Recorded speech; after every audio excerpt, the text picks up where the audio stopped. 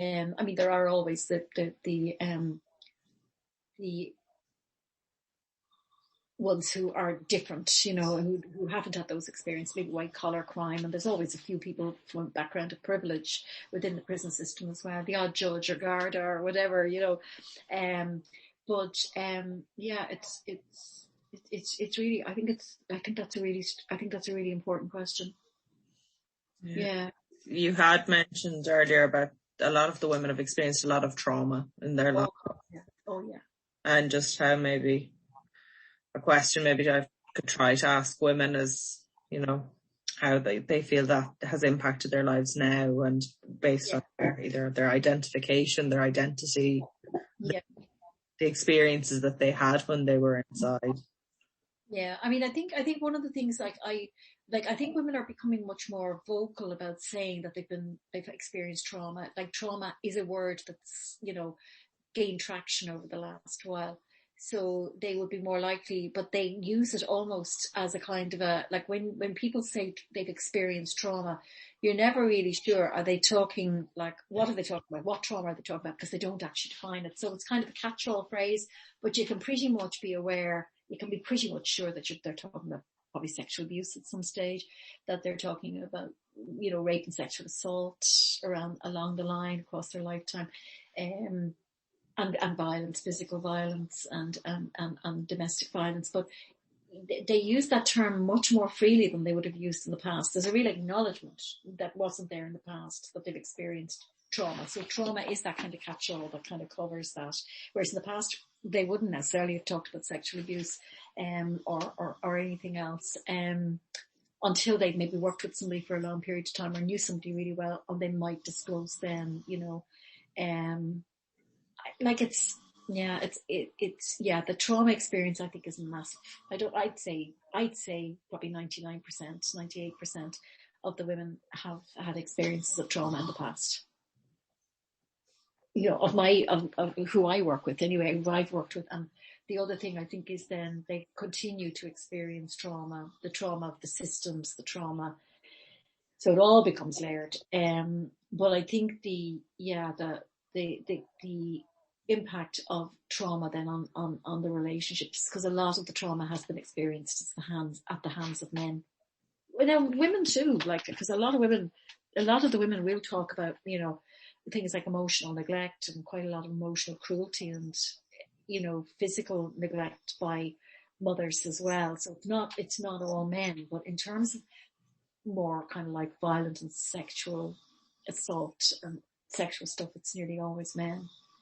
Um, so yeah, so the trauma piece is a hard one to ask. Exactly what you're talking about when you say your trauma, Yeah.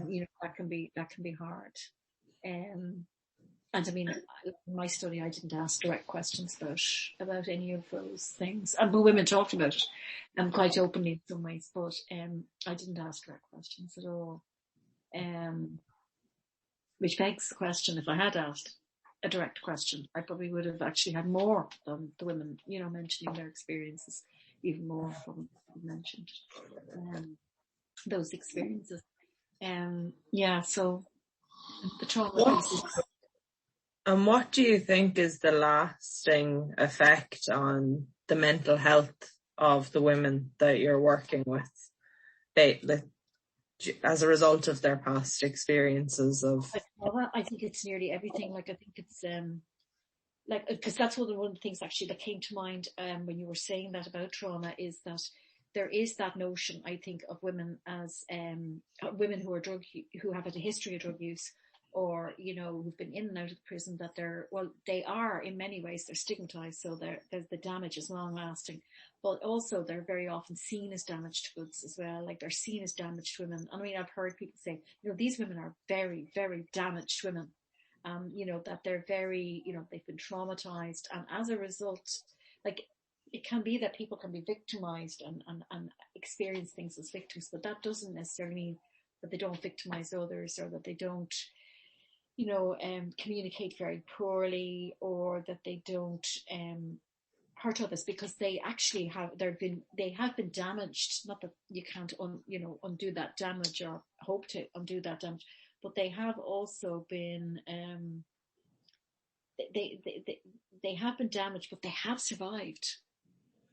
And in surviving, like, it shows like how strong they are and how tough, and how they can actually manage to bring, coping skills into play that, may not necessarily be always very appropriate coping skills, or, very acceptable socially and otherwise. So they, like, I'm always really struck by how well, they've been so traumatized in many ways, they are so strong, and so, they survive. They're like unbelievable. And like, even just the way, like, women have survived the COVID period, or women have survived, like, I mean, God, I've one woman who's actually gone from hostel to hostel to hostel. I mean, she's moved around so many times, and so many things have happened to her in the last year. And it actually, tomorrow will be the anniversary of us all sitting at a case conference about her with TUSLA and everything involved. The woman has just been through the mill, and she is still actually, in fact, I think she's actually nearly better than she was on the 5th of March last year, even though, like, she's been through all of this. And I mean, her life is in many ways, like, really intolerable. She is still surviving. And I just think that, like, that is incredible. So I think that the whole relationship between, people kind of like being kind of little victimized victims is not the picture really that actually in effect, I think most of the women are true survivors of trauma, but they're surviving in a way that's probably really bad for them in terms of their health and their welfare, and maybe even their longevity in some cases.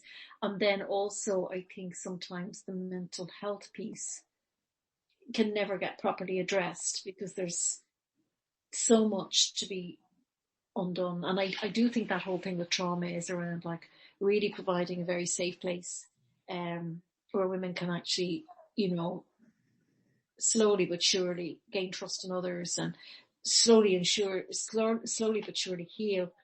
And then maybe they'll be able to do some work, if they need to do some work, on what's happened to them, and they maybe can come to terms with that in some way.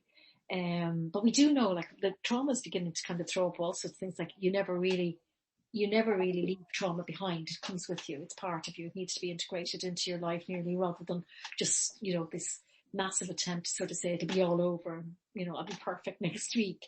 But I think that, I mean, if you look at any of us, all of us have had traumas of some sort. They may not necessarily be the same level of trauma, but, and we may relate to it in different ways. Like, people who have very, very incredible traumatic experiences seem to do very well. And then other people who've kind of, like, what we might say, if you were having a hierarchy of trauma, tiny trauma in comparison, like, are like all over the place.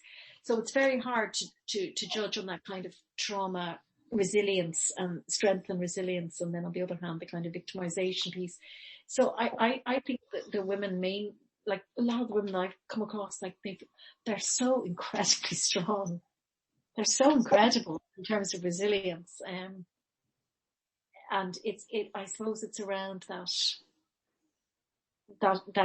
whole area that I think is kind of very often misunderstood, so, and I don't think is understood is that we can actually traumatize women again with our systems in agencies and in prisons and in mental health institutions or mental health services, that we can, it's very easy to do something that will traumatize again or trigger something.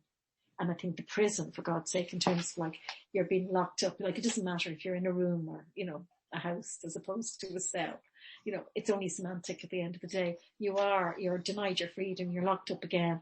And I'm not sure that all of the, like, I know I'm visiting the prison with, I remember going into the reception area, and I just thought the demeanour of the staff was terrible. Now, I mean, I wasn't there as a prisoner. I wasn't there as somebody who was being admitted to prison.